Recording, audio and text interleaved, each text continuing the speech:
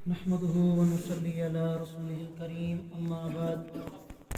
أعوذ بالله من الشيطان الرجيم بسم الله الرحمن الرحيم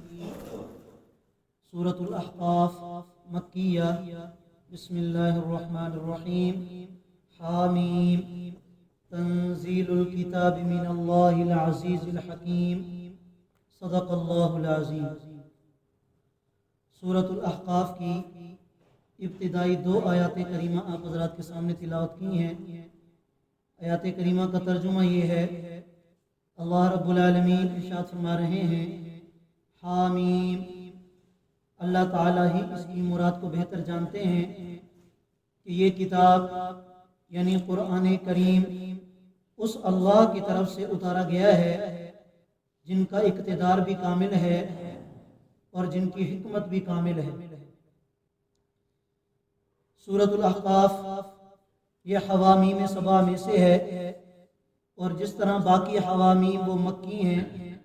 تو یہ مبارک سورت بھی مکی سورت ہے۔ اس مبارک سورت کی 35 آیات کریمہ ہیں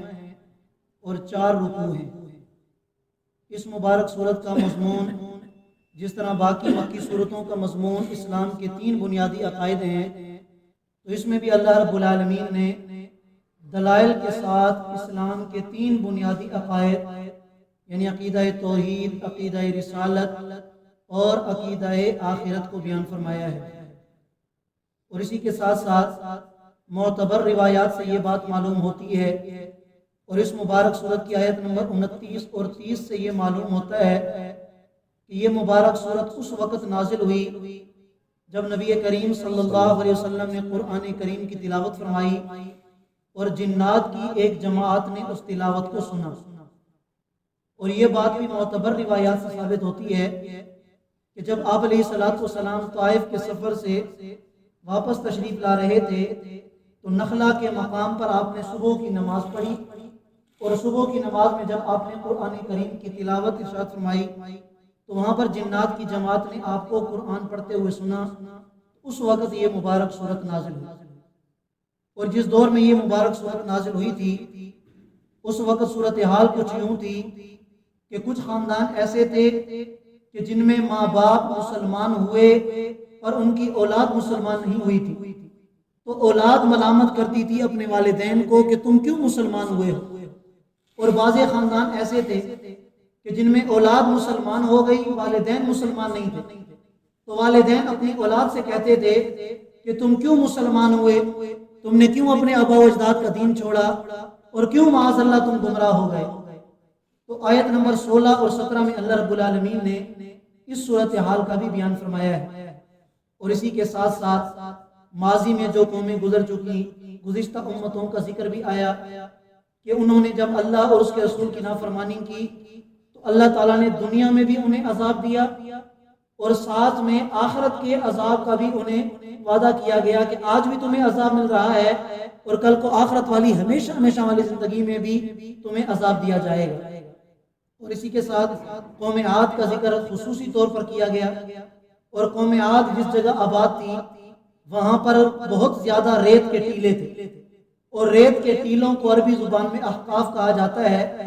اسی مناسبت سے اس سورت کا نام سورۃ الاحقاف رکھا گیا۔ پہلی آیت کریمہ ہے حامیم، یہ پہلے بھی کئی مرتبہ عرض کر چکا ہوں کہ یہ حروف مقطعات میں سے ہیں، اور ان پر علماء کا اتفاق ہے کہ اس کا صحیح مطلب اللہ تعالیٰ کی ذات کو معلوم ہے، اللہ کے سوا اس کا صحیح مطلب کسی کو بھی معلوم نہیں ہے۔ یہی وجہ ہے کہ اس میں علامہ سیوطی رحمۃ اللہ علیہ نے تفسیر جلالین کے اندر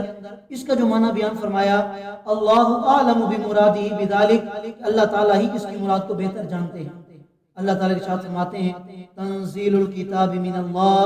کہ یہ قرآن اس اللہ کی طرف سے نازل کیا گیا، العزیز جو غالب ہے، الحکیم جو کامل حکمت کا مالک ہے۔ ما خلقنا السماوات والارض وما بینہما الا بالحق، اللہ فرماتے ہیں کہ زمین و آسمان کو اور جو کچھ ان کے درمیان ہے ہم نے بغیر مقصد کے پیدا نہیں کیا، یہ ایک مقصد کے تحت پیدا کیے گئے ہیں۔ اور وہ مقصد کیا ہے کہ دنیا میں انسان کو بھیج کر اس کی آزمائش اور اس کا امتحان لینا، کہ کون سا انسان ہے جو اللہ اور اس کے رسول کی مان کر زندگی گزارے گا تاکہ کل کو قیامت کے دن جنت کی صورت میں اسے بدلہ دیا جائے، اور کون سا انسان ایسا ہے جو اللہ اور اس کے رسول کی نافرمانی کر کے جائے گا،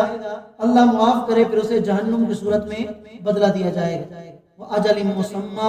اور اللہ فرماتے ہیں کہ زمین و آسمان کا پیدا کرنا، جو کچھ ان کے درمیان میں ہے، ان کو ایک مقرر وقت کے لیے پیدا کیا گیا، ہمیشہ کے لیے یہ نہیں ہے۔ ایک وقت ایسا آئے گا یعنی قیامت کا دن جب یہ ہر چیز ختم ہو جائے گی۔ والذین کفروا، اور وہ لوگ جنہوں نے کفر اپنا لیا،